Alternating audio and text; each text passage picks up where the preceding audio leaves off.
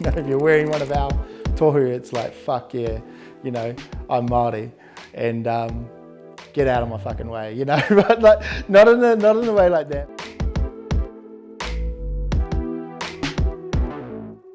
The Hori brand, it actually came from my ingoa, my name, or karetoku ingoa tūturu, engari it was a nickname that was given to me, quite a challenging word.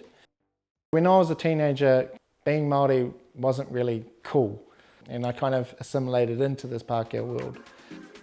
Whaia Deb talks about how, you know, wearing these clothes is about armouring up, and I think it brings confidence, and a lot of the people that are wearing our stuff are going to spaces where they need to almost brace themselves for it.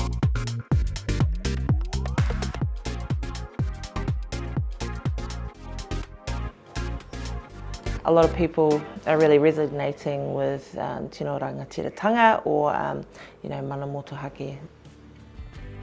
I'm really proud that we're, as Māori, that we're moving as one, because there are a lot of things that are disrupting and wanting to challenge the things that we believe in. It's going to be really important to kind of put our toe in the ground and say, hey, nah, this is what we believe in, this is what we are standing up for.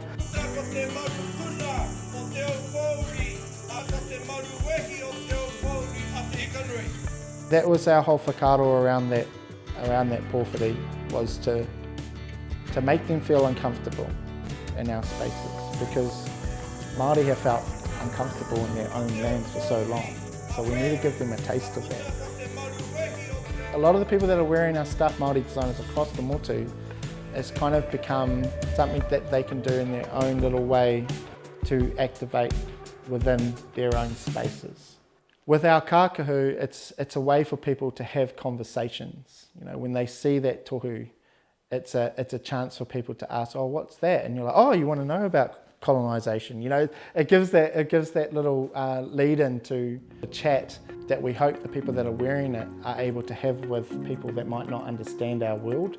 It's a really amazing way as an artist to have a travelling canvas that is cruising around the streets.